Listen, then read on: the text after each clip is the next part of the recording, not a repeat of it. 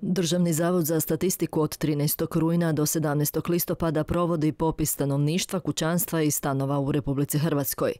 Ovo je prvi digitalni popis stanovništva koji se provodi u dvije faze. Građani mogu sami izabrati način popisivanja, a trenutno je u tijeku faza samopopisivanja kroz sustav e-građani.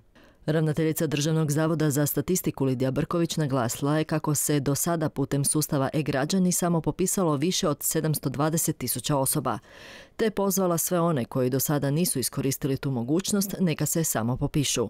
Varaždinski župan Anđelko Stričak, ujedno i predsjednik Županijskog popisnog povjerenstva, iznio je podatke za Varaždinsku županiju. S obzirom da smo u prvoj fazi samopopisivanja, tu naglašavam da se kod nas do danas ujutro samo popisalo 27.064 osoba, odnosno 16,4% ili skoro svaki šesti naš stanovnik. Ispred nas su grad Zagreb, Primorsko-goranska županija, Istarska županija i Zagrebačka županija. Stoga pozivam sve naše sugrađane da iskoriste ovih par dana i da se samo popišu. Iznio je podatke i oko organizacije popisa stanovništva. Na području Varaždinske županije u popisivanju je angažirano 327 popisivača, 40 kontrolora, 8 instruktora i 2 koordinatora. Uz to su još tu prisutni članovi županijskih popisnih povjerenstava, ispostava i popisnih centara, te oko 50-ak osoba uključenih u organizaciju provedbe tog popisivanja. Znači možemo reći da je u popis stanovništva 2021. godine na području Varaždinske županije uključeno oko 420 osoba. Ravnateljica Državnog zavoda za statistiku Lidija Brković istaknula je kako je ovogodišnji popis stanovništva jedinstven u odnosu na sve dosadašnje po načinu prikupljanja podataka. Za razliku od dosadašnjih popisa stanovništva za koje su se podaci prikupljali isključivo na tiskanim obrascima, za ovaj popis podaci se prikupljaju digitalno. Modernizacija načina prikupljanja podataka ubrzat će obradu podataka popisa i pojeftiniti cjelokupnu njegovu provedbu. Popis se provodi prema stanju na dan 31. kolovoza 2021. u 24 sata, što se smatra referentnim trenutkom popisa.